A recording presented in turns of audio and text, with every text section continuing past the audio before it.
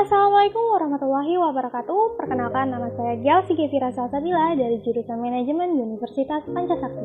Di video kali ini saya akan memaparkan materi mata kuliah Pendidikan Agama Islam yang dibimbing langsung oleh dosen saya, yakni Bapak Ade Sudarman, MPD. Di video kali ini saya akan membahas tentang konsep ibadah dalam Islam. So, nikmati videonya ya teman-teman. Oke, yang pertama kita akan membahas tentang pengertian ibadah. Apa sih pengertian dari ibadah itu? Ibadah itu artinya tunduk kalau dalam bahasa etimologinya. Sedangkan menurut syarat terminologi, ibadah itu memiliki banyak definisi, namun memiliki makna yang sama. Eits, ibadah itu masih punya definisi lagi loh teman-teman. Yang pertama, ibadah itu artinya tunduk dan patuh terhadap perintah Allah dan ajaran Rasulullah SAW. Yang kedua, ibadah itu artinya merendahkan diri kepada Allah Azza wa Jalla. Definisi yang kedua itu tingkatannya tertinggi dari rasa tunduk kita ke Allah, sehingga disertai rasa cinta yang begitu tinggi kepada Allah Subhanahu wa Ta'ala. Yang ketiga, ibadah itu hal-hal yang mencakup seluruh yang dicintai dan diridhoi oleh Allah Subhanahu wa Ta'ala ya teman-teman. Intinya, apapun yang kita kerjakan, kalau Allah cinta sama ridho, otomatis kita juga akan dapat pahala. Maksud ibadah itu gimana sih? Yakni ibadah itu adalah ibadah hati, ibadah lisan, dan anggota badan ya teman-teman. Oke, pembahasan yang kedua kita akan membahas tentang syarat diterimanya ibadah. Yang pertama itu ikhlas karena Allah semata dan tidak ada unsur negatif, baik itu hanya karena ingin mendapatkan pujian ataupun dosa-dosa syirik. Yang kedua itu ittiba atau sesuai dengan tuntunan Rasulullah SAW. Pembahasan ketiga adalah cara beribadah. Cara beribadah itu ada dua ya teman-teman. Yang pertama ada yang namanya ibadah yang asas, di mana ibadah tersebut mempelajari, memahami, meyakini rukun iman, serta mempelajari dan melaksanakan rukun Islam. Sedangkan yang kedua itu adalah ibadah fadhailul amal. Di ibadah ini asalnya dari amalan utama, misalnya puasa Senin Kamis, sholat sunnah rawatib, dan pastinya membaca Al-Quran. Oke, selanjutnya adalah syarat umum. Yang pertama itu niatnya harus betul. Yang kedua perkaranya yang benar. Dan yang ketiga adalah pelaksanaannya sesuai dengan syariat agama Islam. Selanjutnya pembahasan yang keempat adalah jenis-jenis ibadah. Yang pertama itu ada ibadah qalbiyah. Ibadah qalbiyah yaitu ibadah yang dilakukan oleh aktivitas hati. Contohnya itu yakin dengan adanya keberadaan Allah Azza wa Jalla. Yang kedua ada yang namanya ibadah amaliyah. Ibadah amaliyah adalah ibadah yang dilakukan oleh aktivitas tubuh.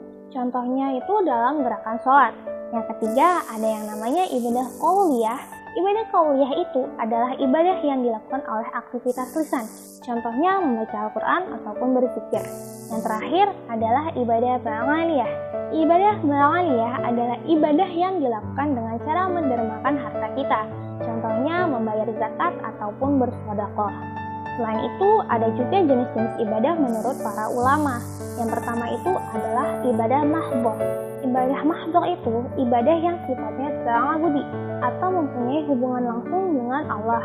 Lalu yang kedua itu ibadah ghairu mahdhah atau ibadah muamalah. Ibadah ghairu mahdhah itu ibadah yang mencakup hubungan antara manusia dalam rangka mengabdi kepada Allah Azza wa Jalla. Selanjutnya pembahasan yang kelima adalah prinsip dasar ibadah.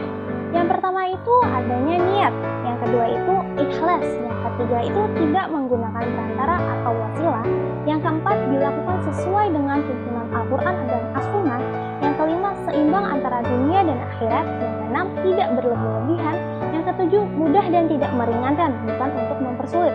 Yang ketujuh ini bukan maksudnya meremehkan ya teman-teman, tapi memang benar adanya Allah itu memberikan kemudahan kepada umatnya untuk beribadah kepadanya. Selanjutnya pembahasan yang keenam adalah tujuan dari ibadah. Apa sih tujuan dari ibadah itu? Yang pertama, memenuhi kewajiban kepada Allah. Yang kedua, mendekatkan dan mencari ridha Allah. Yang ketiga, takwa agar terhindar dari perbuatan maksiat. Yang keempat, agar kita selalu merasakan bahwa Allah itu senantiasa mengawasi kita. Yang kelima, mengharapkan ampunan dan surganya Allah.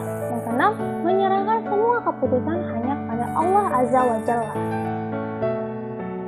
Pembahasan yang terakhir kita akan membahas tentang manfaat ibadah.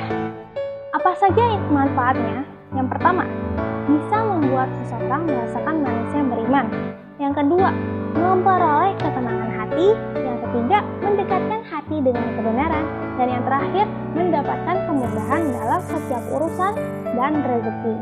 Kesimpulannya adalah, ibadah itu sesuatu yang dilakukan karena niat kepada Allah dan agar Allah menilai itu semua. Allah menciptakan manusia agar tunduk kepadanya, baik itu melakukan sholat, berpuasa, zakat, dan berbuatan baik. Baiklah teman-teman, demikianlah pemaparan materi yang bisa saya sampaikan. Akhir kata, saya minta maaf apabila ada kesalahan kata dan kesalahan penulisan. Wabillahi taufiq wal hidayah. Wassalamualaikum warahmatullahi wabarakatuh. Bye.